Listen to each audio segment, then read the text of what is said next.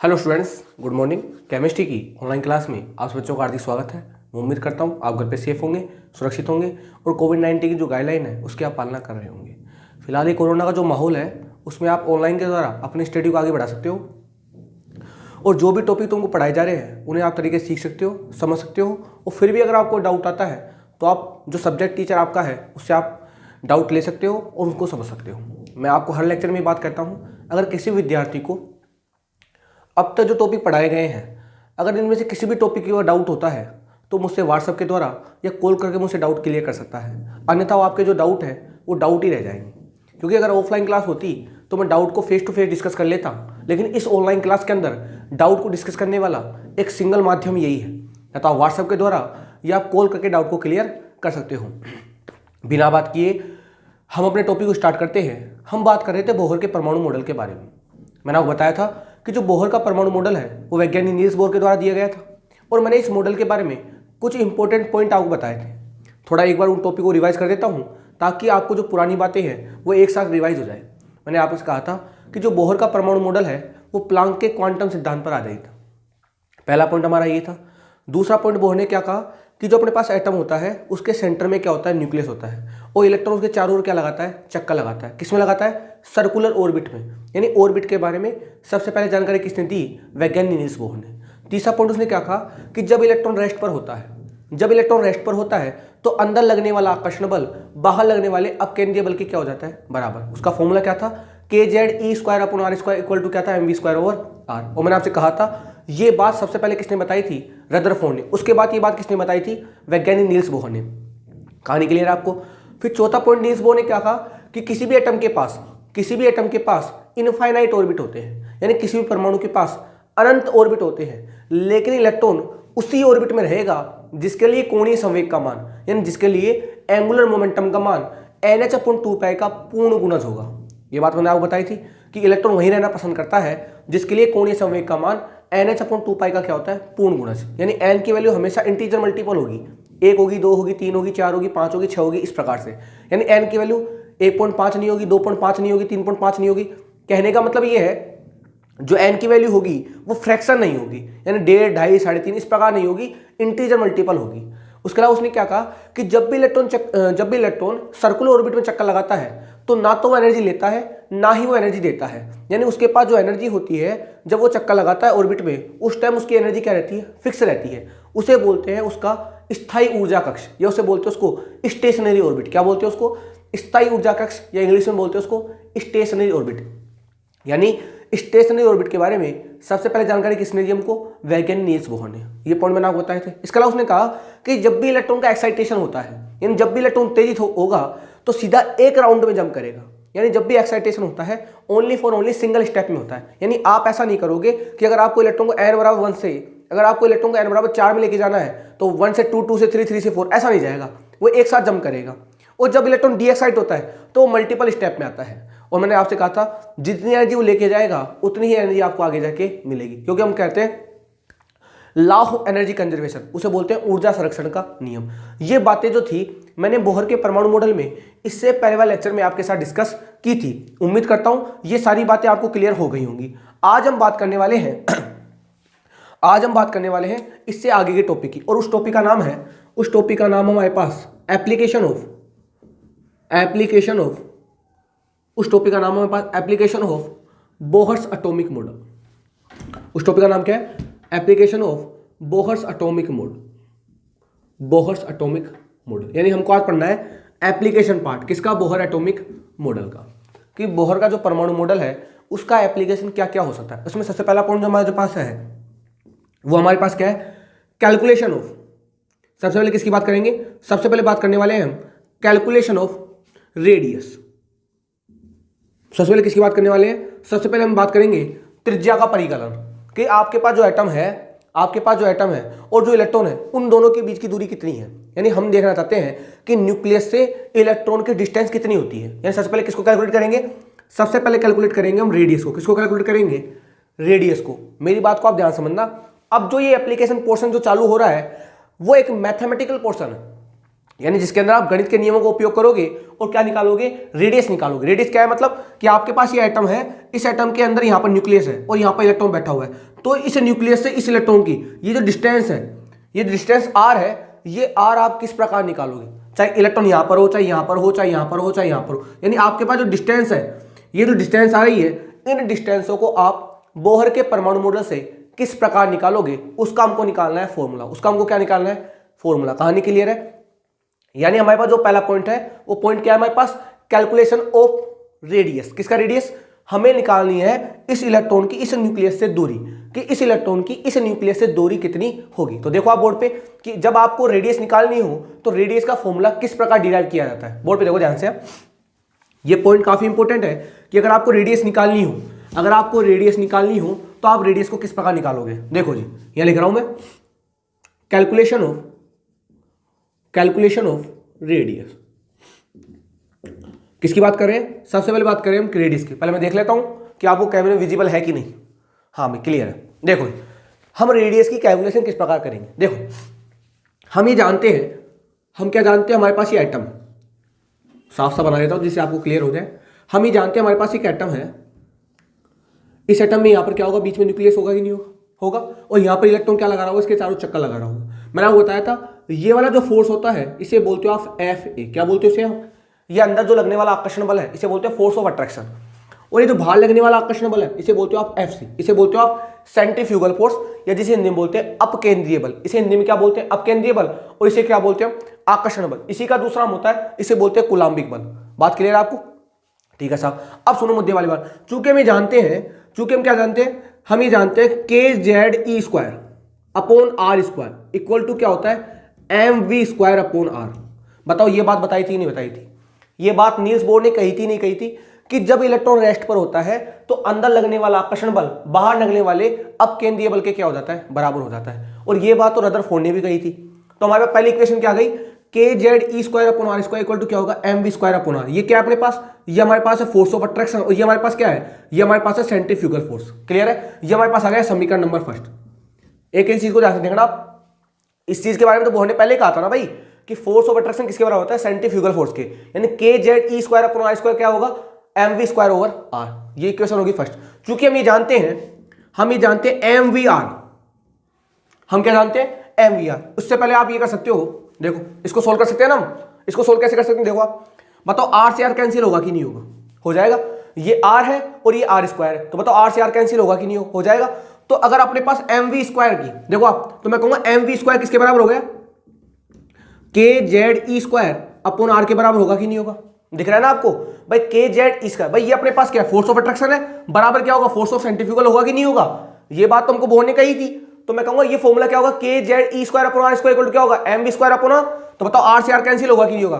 भाई यहाँ पर r एक है, यहाँ पर r दो है, तो एक r से एक r कैंसिल हो जाएगा ना।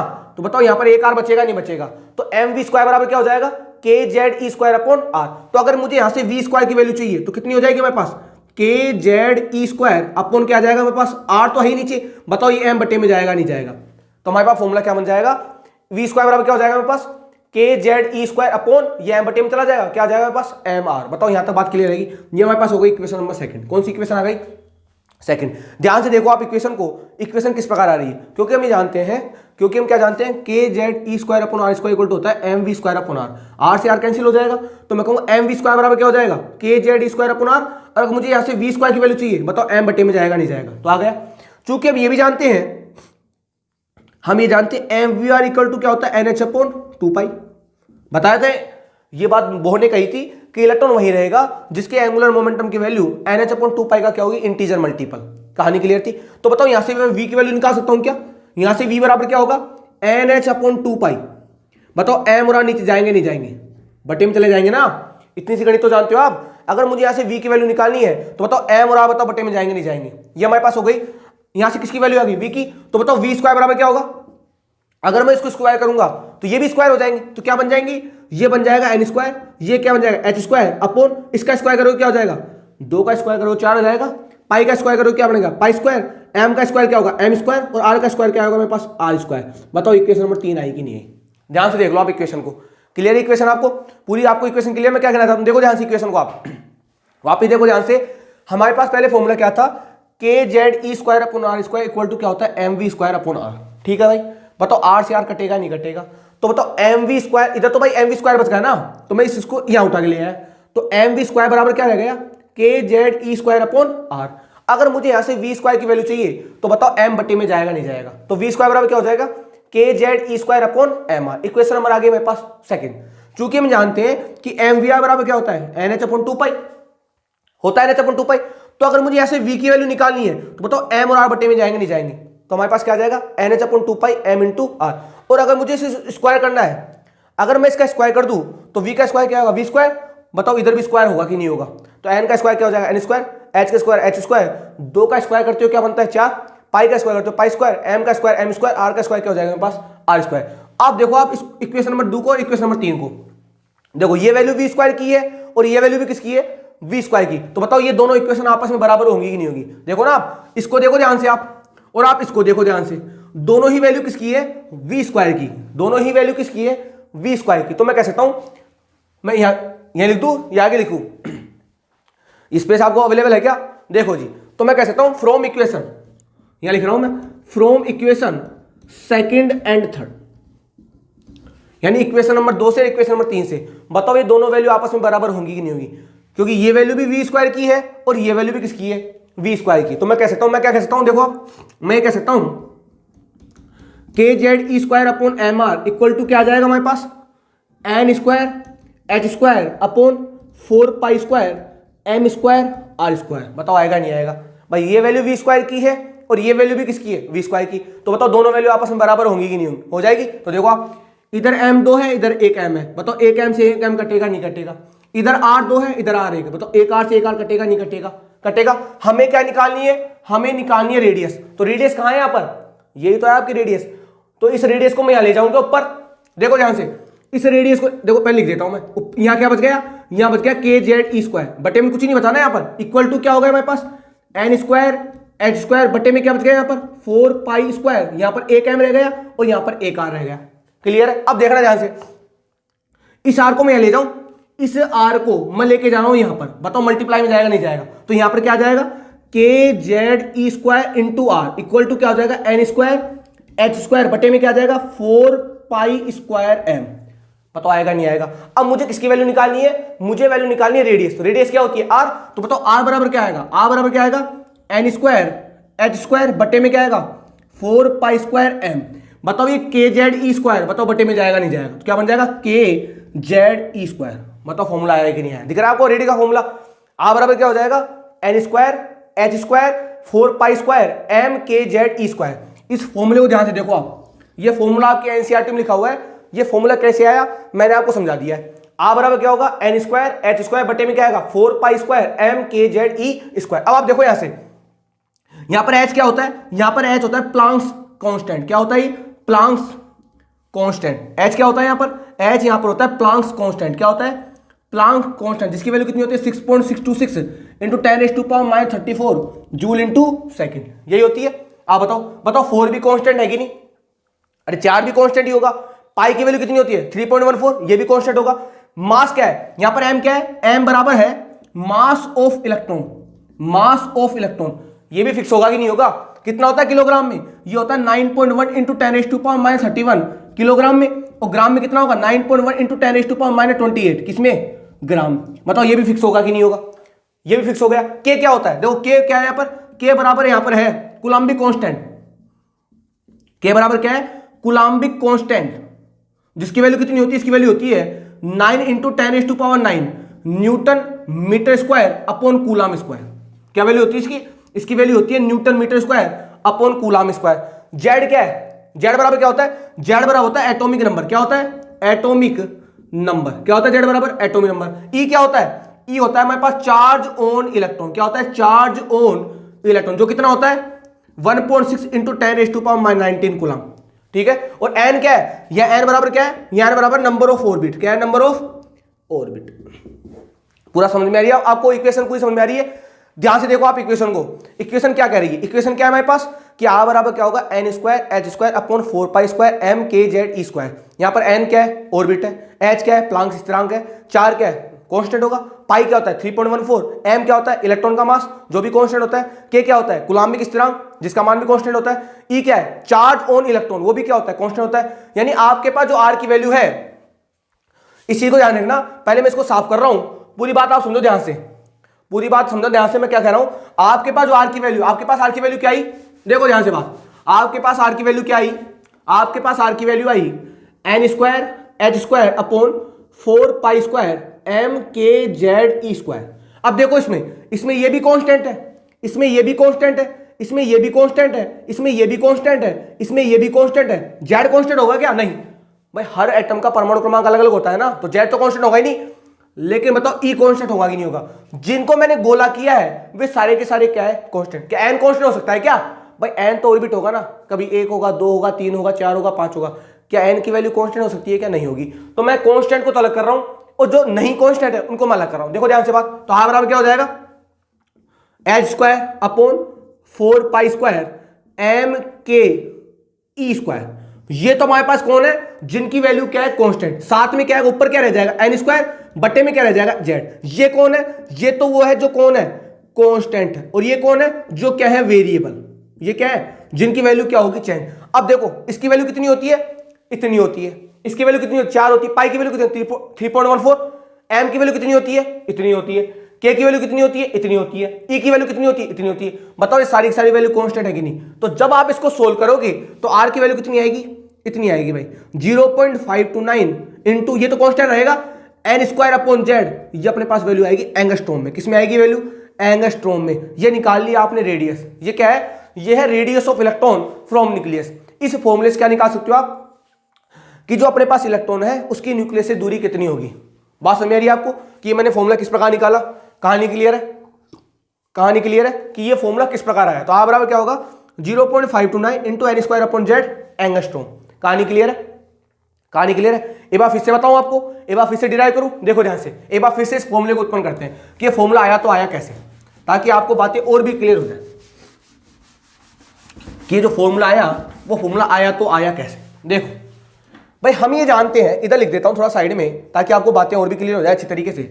हम ये जानते हैं हमारे पास पहला फॉर्मूला क्या होता है, एफ ए बराबर होता है हमारे पास एफ सी। यानी जो अट्रैक्शन फोर्स है वो सेंट्रीफ्यूगल फोर्स के क्या होता है बराबर होता है। इसकी वैल्यू कितनी होती है, ये होता है k Z E square upon are square. इसकी वैल्यू कितनी होती है M we square upon r. होती ही नहीं होती, बताओ आर से आर कटेगा नहीं कटेगा। तो एम वी स्क्वायर रह गया इधर, बराबर क्या रह गया इधर के जेड ई स्क्वायर, बट्टे में क्या रह गया अपने पास आर। तो यहां से अगर मुझे वी स्क्वायर चाहिए, अगर मुझे यहां से वी स्क्वायर चाहिए, बताओ एम बनने में जाएगा नहीं जाएगा, जाएगा बट्टे में क्या बन जाएगा के जेड ई स्क्वायर अपॉन में क्या आ जाएगा एम आर। इक्वेशन नंबर क्या आ गई मेरे पास फर्स्ट, इसको फर्स्ट मान ली इक्वेशन। आ जाओ, चूंकि हम जानते हैं कि एम वी आर बराबर क्या होता है एन एच अपॉन 2 पाई। तो अगर मुझे v की वैल्यू चाहिए, बताओ m और r जो है बताओ बट्टे में जाएंगे नहीं जाएंगे, जाएंगे। तो v बराबर क्या हो जाएगा, ऊपर तो क्या रह जाएगा NH, बट्टे में कौन चला जाएगा 2 पाई तो था ही पहले, ये m भी चला जाएगा और r भी चला जाएगा। अगर मुझे स्क्वायर करना हो, इस v का स्क्वायर करना हो तो ये v स्क्वायर हो जाएगा। बताओ ये भी पूरा स्क्वायर होगा कि नहीं होगा। तो n का स्क्वायर क्या होगा n स्क्वायर, h का स्क्वायर क्या होगा h स्क्वायर, 2 का स्क्वायर क्या होगा 4, पाई का स्क्वायर क्या होगा पाई स्क्वायर, m का स्क्वायर क्या होगा m स्क्वायर और r का स्क्वायर क्या होगा मेरे पास r स्क्वायर। इक्वेशन नंबर क्या आ गया मेरे पास 2। अब आप देखो इक्वेशन नंबर 1 को देखो, इक्वेशन नंबर 2 को देखो आप, ये वैल्यू भी किसकी है वी स्क्वायर की और ये वैल्यू भी किसकी है वी स्क्वायर की। बताओ इक्वेशन 1 और जो सेकंड है बताओ आपस में बराबर होंगी कि नहीं होंगी। भाई ये भी वी स्क्वायर की वैल्यू है और ये वैल्यू भी किसकी है वी स्क्वायर की। तो बताओ दोनों वैल्यू आपस में बराबर होंगी या नहीं होंगी ना आपस में बराबर। तो बताओ क्या बनेगा फॉर्मूला, देखो जी मैं कहूंगा ये बन जाएगा मेरे पास के जेड ई square upon M R. Equation 1 है, सेकंड क्या है बराबर में क्या आएगा N square H square upon में क्या आएगा 4 pi square M square R square. बताओ है कि नहीं। अब आप देखो एक एम से एक एम गया, एक आर से एक आर गया, तो इधर क्या रह गया, इधर तो रह गया अपने पास के जेड ई स्क्वायर, इधर क्या रह गया, इधर रह गया एन स्क्वायर एच स्क्वायर बट्टे में क्या रह गया 4 पाई स्क्वायर, इधर रह गया एक एम, इधर रह गया एक आर। अब मैं इस आर को यहां लेके जा रहा हूं, ले गए यहां पर, तो क्या बनेगा के जेड ई स्क्वायर मल्टीप्लाई में क्या चला जाएगा आर इक्वल टू क्या रह जाएगा एन स्क्वायर एच स्क्वायर बट्टे में क्या रह जाएगा 4 पाई स्क्वायर एम। अब मुझे रेडियस तो चाहिए, मैं रेडियस निकालना चाहता हूं, तो रेडियस निकालना चाहूंगा तो बताओ ये बट्टे में जाएगा नहीं जाएगा, चला जाएगा बट्टे में। तो बताओ आर बराबर क्या आएगा, आर बराबर आएगा मेरे पास एन स्क्वायर एच स्क्वायर बट्टे में क्या आएगा 4 पाई स्क्वायर एम इंटू लगाने की आवश्यकता नहीं है, क्या चला जाएगा के जेड ई स्क्वायर। बताओ फॉर्मूला आया कि नहीं है। ये तो फॉर्मूला निकाला था भी आपने, ये निकाला था, उसमें भी यहां पर जो एन है वो तो अलग अलग होगा ना भाई। अगर आपके पास पहला ऑर्बिट है तो n की वैल्यू 1 होगी, दूसरा ऑर्बिट 2 होगी, तीसरा ऑर्बिट 3 होगी, चौथा है तो 4 होगी। यानी n की वैल्यू हर के लिए क्या होगी, अलग अलग होगी। लेकिन h तो क्या होता है, h तो प्लांक स्थिरांक होता है ना, इसकी वैल्यू तो कांस्टेंट होगी। 4 भी कांस्टेंट होगा। पाई की वैल्यू कितनी होती है 3.14, ये भी कांस्टेंट होगा। m की वैल्यू क्या होती है, मास ऑफ इलेक्ट्रॉन। तो आप चाहे कोई सा ही एटम ले लो, हर इलेक्ट्रॉन का मास तो सेम ही होगा भाई।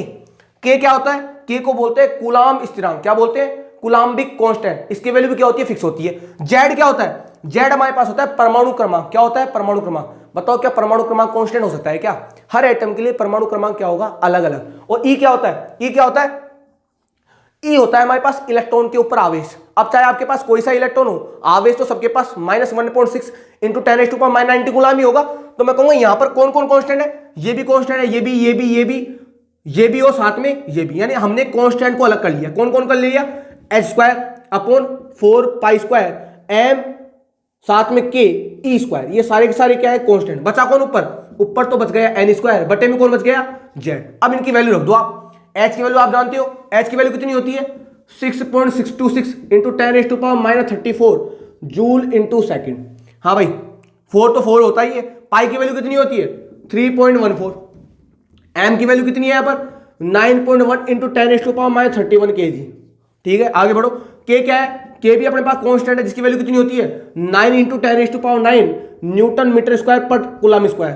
e की वैल्यू क्या होती है, चार्ज ऑन इलेक्ट्रॉन, ये होता है 1.6 इंटू 10⁻19 कूलम। क्लियर है, बताओ सारी की सारी वैल्यू कांस्टेंट है कि नहीं। जब आप इन वैल्यू को यहां रख दोगे तो इसका जब सॉल्यूशन निकालोगे तो r बराबर कितना आएगा 0.529। ये तो ऐसे कैसे रहेगा, इंटू n²/z। ये किस में आएगी वैल्यू, एंगस्ट्रॉम में। किस में आएगी वैल्यू, एंगस्ट्रॉम में। आप जानते हो कि एक एंगस्ट्रॉम बराबर क्या होता है, इधर लिख रहा हूं मैं। आप जानते हो एक एंगस्ट्रॉम बराबर क्या होता है 10⁻10 मीटर इक्वल टू होता है 10⁻8 सेंटीमीटर। आप जानते हो इस चीज को। क्लियर है, निकल गया फॉर्मूला कि जो r की वैल्यू कितनी होगी 0.529 इंटू n²/z एंगस्ट्रॉम। इस प्रकार इस फॉर्मूले से आप क्या निकालते हो, इस फॉर्मूले से निकालते हो आप इलेक्ट्रॉन के न्यूक्लियस से डिस्टेंस। अगर n की वैल्यू चेंज होगी r चेंज होगा, अगर z की वैल्यू चेंज होगी तो r चेंज होगा। भाई ध्यान रखना इस चीज के बारे में। यानी r की वैल्यू n पर डिपेंड करती है, साथ में किस पर डिपेंड करती है, z पर। n क्या है यहाँ पर n क्या है, नंबर ऑफ ऑर्बिट, और z क्या है यहाँ पर, एटॉमिक नंबर। क्लियर है, यानी परमाणु क्रमांक पर निर्भर करेगी और साथ में किस पर निर्भर करेगी, और नंबर ऑफ ऑर्बिट पर। कहानी क्लियर है, कहानी क्लियर है कि r की वैल्यू किस प्रकार निकालते हैं। क्लियर है कहानी। अब आप देखो r की जो वैल्यू है, ये तो z पर निर्भर कर रही है और एक किस पर निर्भर कर रही है, n² पर। मैं कहूंगा n² समानुपाती है और z की क्या है, व्यत्क्रमानुपाती। यानी r की जो वैल्यू है, इसको मिटा देता हूं मैं यहां पर। देखो ध्यान से, r की जो हमारे पास वैल्यू आ रही है वो n² के समानुपाती आ रही है और z की क्या आ रही है हमारे पास, व्यत्क्रमानुपाती। देखो ध्यान से, जैसे जैसे परमाणु क्रमांक बढ़ेगा ना वैसे वैसे रेडियस क्या हो जाएगी, कम हो जाएगी। जैसे जैसे परमाणु क्रमांक बढ़ेगा वैसे वैसे रेडियस क्या हो जाएगी, कम हो जाएगी। और जैसे जैसे ऑर्बिट बढ़ेगा, या n क्या है, या n हमारे पास नंबर ऑफ ऑर्बिट। आप चीजों को देखो ध्यान से। अब मैं बात करूं, ये तो अपने पास बेसिक लेवल हो गया। अब मैं बात करता हूं थोड़े एडवांस लेवल की, कुछ आगे कॉन्सेप्ट की मैं बात करने वाला हूं। चीजों को समझना ध्यान से। ये फॉर्मूला तो आप क्लियर है, पहले मैं इसको साफ कर देता हूं ताकि बातों को आपको क्लियर समझ में आ जाए। देखो ध्यान से, कौन कौन सी इंपॉर्टेंट बातें हम यहां से निकाल सकते हैं। आप एक ही चीजों को ध्यान से देखना। हमारे पास फॉर्मूला क्या आया था जी, हमारे फॉर्मूला आया था r = 0.529 इंटू n²/z एंगस्ट्रॉम। पहले मैं देख लेता हूं कि आपको कैमरे में ये फॉर्मूला दिख भी रहा है कि नहीं दिख रहा। क्लियर है भाई, ठीक है। अब सुनो बात ध्यान से, ये हमारे पास फॉर्मूला आया था n²/z। अब बताओ ये वैल्यू तो न्यूमेरिकल वैल्यू है, ये तो हर के लिए परमानेंट होगी। तो r की वैल्यू किस पर डिपेंड करेगी, एक तो z पर डिपेंड करेगी और किस पर डिपेंड करेगी, n पर। तो दिख रहा है आपको फॉर्मूले साफ साफ कि r किसके समानुपाती है, n² के, और r किसके व्यत्क्रमानुपाती है, z के। दिख रहा है साफ साफ आपको। यानी z क्या है यहाँ पर z क्या है, यहाँ पर z है भाई एटॉमिक नंबर। क्या है यहाँ पर, एटॉमिक नंबर। और r के n क्या है यहाँ पर n है नंबर ऑफ ऑर्बिट। क्या है, नंबर ऑफ ऑर्बिट। इसका मतलब क्या हुआ, जैसे जैसे z बढ़ेगा, यानी जैसे जैसे परमाणु क्रमांक बढ़ेगा वैसे वैसे रेडियस की वैल्यू क्या हो जाएगी, कम हो जाएगी। और जैसे जैसे n बढ़ेगा वैसे वैसे रेडियस क्या हो जाएगी, डबल होगी। क्या होगी, डबल। सोचो आप, अगर मान लो पहले आप ऐसे मानो कि पहले आपके पास n = 1 था। अगर n बढ़ेगा ना तो रेडियस 2 गुना बढ़ेगी। कैसे बढ़ेगी 2 गुना, सुनो बात ध्यान से। अगर मान लो पहले आपके पास n 1 था तो n की वैल्यू को रखो यहाँ पे, तो r बराबर क्या हो जाएगा, 1 का स्क्वायर करोगे तो बताओ क्या आएगा, 1 आएगा, नहीं आएगा। यानी जब आपके पास n 1 था तो r की वैल्यू कितनी थी 1। अब आप रखो n की वैल्यू 2, कितनी रखोगे आप, अब आप रखो n की वैल्यू 2, रखो 2 यहां पर, तो r बराबर क्या हो जाएगा 2 का स्क्वायर, बताओ 4 आएगा नहीं आएगा, आएगा, बताओ बढ़ रहा है कि नहीं बढ़ रहा।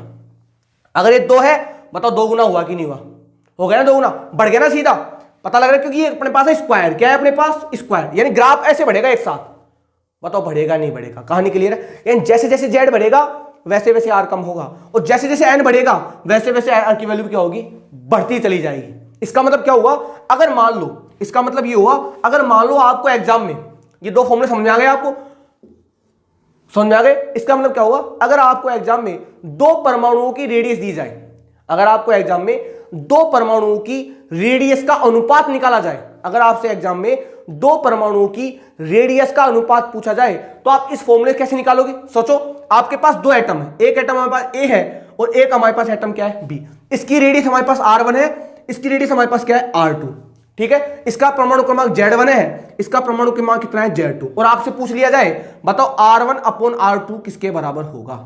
दिख रहा है क्वेश्चन आपको कि आपके पास दो परमाणु है, एक परमाणु आपके पास A है, एक परमाणु आपके पास B है, पहले परमाणु की रेडियस R1 है, दूसरे परमाणु की रेडियस क्या है R2, पहले परमाणु का जो परमाणु क्रमांक है Z1 है, दूसरे का कितना है Z2, तो R1 अपॉन R2 का रेशियो किसके बराबर होगा, R1 अपॉन R2 का रेशियो जो है किसके बराबर होगा, यानी इसको आप ऐसे लिख सकते हो ना R1 रेशियो R2, कैसे निकालोगे, क्योंकि आप जानते हो कि R बराबर क्या होता है 1 अपॉन Z, तो R1 बराबर क्या होगा 1 अपॉन Z1 होगा कि नहीं होगा, और R2 बराबर क्या होगा बताओ 1 अपॉन Z2 होगा कि नहीं होगा, तो R1 बटे R2 क्या आएगा, R1 की वैल्यू कितनी है 1 अपॉन Z1, R2 की वैल्यू कितनी है 1 अपॉन Z2, बताओ 1 से 1 कटेगा नहीं कटेगा, Z2 पर चला जाएगा, तो मैं कहूंगा R1 अपॉन R2 बराबर क्या आएगा, बताओ Z2 अपॉन Z1 आएगा कि नहीं आएगा, आएगा नहीं आएगा। यानी अगर आपको एग्जाम में दो परमाणु की रेडियस दे दी जाए तो बताओ R1 अपॉन R2 का फॉर्मूला क्या बन के आएगा, Z2 अपॉन Z1, नया फॉर्मूला निकाल लिया हमने, यहां से एक नया फॉर्मूला निकाल लिया कि जब आपको दो का परमाणु क्रमांक दिया जाए, एक की रेडियस जाए और दूसरे की रेडियस पूछ ली जाए, तो आप इस फॉर्मूले से उसको निकाल सकते हो भाई। इसके अलावा ये क्या बनेगा, देखो जी ये चीज समझ आ गई आपको, ऊपर वाले बात सुनो आप, अगर मान लो आपके पास दो परमाणु है, एक A है अपने पास, एक दूसरा क्या है B, इसका ऑर्बिट कितना है n, इसका ऑर्बिट कितना है n, यानी अपने पास ये n1 है, अपने पास क्या है ये n2 है, ठीक है, इसकी रेडियस कितनी है R1, इसकी रेडियस कितनी है अपने पास R2, और आपसे पूछ दिया है कि बताओ R1 अपॉन R2 किसके बराबर होगा। इस बार क्या दिया है उसने, इस बार दिया है आपको ऑर्बिट, क्या दिया उसने इस बार ऑर्बिट, क्योंकि आप जानते हो n क्या होता है नंबर ऑफ ऑर्बिट, रखो वैल्यू वहां पर, हम जानते हैं R समानुपाती क्या होता है n स्क्वायर, तो R समानुपाती होता है n स्क्वायर, तो R1 बराबर क्या होगा n1 का स्क्वायर, R2 बराबर क्या होगा n2 का स्क्वायर होगा कि नहीं होगा, रखो वैल्यू यहां पर, तो बताओ R1 बराबर क्या हो जाएगा n1 स्क्वायर बटे में क्या आएगा n2 स्क्वायर, ये स्क्वायर आप लिख सकते हो, R1 अपॉन R2 बराबर क्या आएगा n1 अपॉन n2 का होल स्क्वायर। बताओ नया फॉर्मूला निकाला नहीं निकाला, ये लो जी दो फॉर्मूले निकाल लिए हमने यहां से। इस प्रकार आप चीजों को समझो, चीजें आपको काफी अच्छी लगने लगेंगी कि हमारे पास दो फॉर्मूले कौन कौन से आ गए। पहला फॉर्मूला हमारे पास क्या गया कि R1 अपॉन R2 बराबर क्या आएगा Z2 अपॉन Z1, दूसरा फॉर्मूला क्या आएगा R1 अपॉन R2 बराबर क्या हो जाएगा, ये R2 है भाई, R1 अपॉन R2 बराबर क्या होगा n1 अपॉन n2 का होल स्क्वायर। बताओ निकला कि नहीं निकला, क्योंकि 0.529 तो कांस्टेंट होगा ना, ये वैल्यू परमानेंट होगी, यानी R की वैल्यू किस पर डिपेंड करेगी, n पर डिपेंड करेगी, साथ में किस पर डिपेंड करेगी Z पर। कहानी क्लियर है, कहानी क्लियर है। और मान लो आपसे पूछ लिया जाए कि बताओ इन दोनों के बीच में ग्राफ कैसा बनेगा, इसके बीच में ग्राफ कैसा बनेगा, तो देखो ये बढ़ रहा है ये घट रहा है, बताओ आपके पास परवलय का ग्राफ आएगा ही नहीं आएगा, इसे बोलते हैं रेक्ट एंगुलर हाइपरबोला। बताऊंगा वो बात की है, फिलहाल तो आप ये देखो आपने इनसे दो फॉर्मूले निकाले, एक फॉर्मूला तो हमने ये निकाल लिया और एक फॉर्मूला हमने ये निकाल लिया। यानी अगर आपके कॉन्सेप्ट क्लियर है, अगर आप कॉन्सेप्ट को सीखते हो समझते हो तो आप काफी चीजों को सोल्व कर सकते हो भाई इस फॉर्मूले से। क्लियर है कहानी, कहानी बिल्कुल क्लियर है, कोई डाउट, समझ आई बात, ध्यान से देख लीजिए आप इस फॉर्मूले को, काफी सारी चीजें आपको इस फॉर्मूले से निकल के आ जाएंगी भाई, काफी सारी चीजें आप इस फॉर्मूले से निकाल सकते हो। क्लियर, यानी अब तक हमने जो देखा है, एक तो हमने ये फॉर्मूला निकाला है और एक हमने ये निकाल लिया, एक हमने ये निकाल लिया, इसके अलावा हम दो चीजों के बारे में जानते हैं, इसके बारे में और एक इसके बारे में। अभी हम अलग अलग परमाणु के लिए क्या निकालेंगे, बोहर की रेडियस, क्या निकालेंगे रेडियस का मान, कि किसी परमाणु के लिए रेडियस किस प्रकार निकालते हैं। जैसे मान लो, इसको मिटा दूं मैं थोड़ा सा, जैसे मान लो आपसे कहा जाए, ये बात तो आपको क्लियर हो ही गई, इसमें तो कोई डाउट आपको है नहीं। देखो जैसे मान लो आपसे कहा जाए हाइड्रोजन एटम के लिए, किसके लिए हाइड्रोजन एटम के लिए, हाँ, एक बात तो बता दूं मैं आपको, इससे पहले मेरे को एक बात बतानी थी, वो बात मैं आपको डिस्कस कर दूं। आपके पास जो बोहर का परमाणु मॉडल है, ये बात नोट लगा के लिखने लायक है, ये बात नोट लगा के लिखने लायक है और वेरी वेरी इंपॉर्टेंट है। क्या है कि जो बोहर का परमाणु मॉडल है, इंग्लिश में लिख देता हूं, जो बोहर का परमाणु मॉडल है, जो बोहर का परमाणु मॉडल है, only for only single electronic system पर लागू होता है। कहां पर लागू होता है? सिंगल इलेक्ट्रॉनिक सिस्टम पर। यह बात काफी इंपॉर्टेंट है। सिंगल इलेक्ट्रॉनिक सिस्टम पर क्या होता है? अप्लाई होता है। यानी आप जो बोहर का जो परमाणु मॉडल लगाते हो, आप केवल उन्हीं परमाणु पर लगाओगे जिनके पास इलेक्ट्रॉन की संख्या कितनी होती है? एक। सुनो बात ध्यान से, कब लगेगा? जिनके पास इलेक्ट्रॉन कितना होगा? केवल और केवल एक। यानी आप इसको लगा सकते हो हाइड्रोजन पर, क्योंकि हाइड्रोजन का परमाणु क्रमांक होता है, इलेक्ट्रॉन में कितना होता है? एक। आप इसको लगा सकते हो हीलियम प्लस पर। किस पे लगा सकते हो? Helium plus. जानते हो ना हीलियम का परमाणु क्रमांक होता है, तो जब एक इलेक्ट्रॉन निकाल दोगे, बताओ एक इलेक्ट्रॉन बचेगा नहीं बचेगा? आप इसको लगा सकते हो Li+2 पर। लगेगा नहीं लगेगा? भाई Li का परमाणु क्रमांक 3 होता है, इलेक्ट्रॉन 3 होते हैं, तो 2 प्लस हो मतलब कितने इलेक्ट्रॉन? 2 इलेक्ट्रॉन निकल गए, कितना इलेक्ट्रॉन बचा? एक इलेक्ट्रॉन। आप इसको लगा सकते हो बेरिलियम+3। इन चारों के ऊपर आप क्या लगा सकते हो? बोहर का परमाणु मॉडल। इसके अलावा कोई भी एलिमेंट ऐसा नहीं है जिसके ऊपर बोहर का परमाणु मॉडल लगता हो। यह बात काफी इंपॉर्टेंट है जो मैंने अभी आपके साथ डिस्कस की है। यानी जो बोहर का परमाणु मॉडल है उन पे लगेगा जिनके पास इलेक्ट्रॉन केवल कितने होते हैं? एक। ये बोहर के परमाणु मॉडल की क्या थी? कमी थी भाई, कि जो बोहर का परमाणु मॉडल है वो मल्टीपल इलेक्ट्रॉनिक सिस्टमों के ऊपर लागू नहीं होता। ये केवल उन पे लगता है जिनके पास इलेक्ट्रॉन की संख्या केवल कितनी होती है? एक। आज के लिए इतना ही। अगले वाले लेक्चर में और सारे काफी पॉइंट इस बोहर के एटॉमिक मॉडल के बारे में मेरे को आपके साथ डिस्कस करने हैं। जब तक आप देखते रहिए, और फिर भी अगर कोई डाउट आता है तो आप मुझसे शेयर कर दीजिए। आज के लिए इतना ही, धन्यवाद।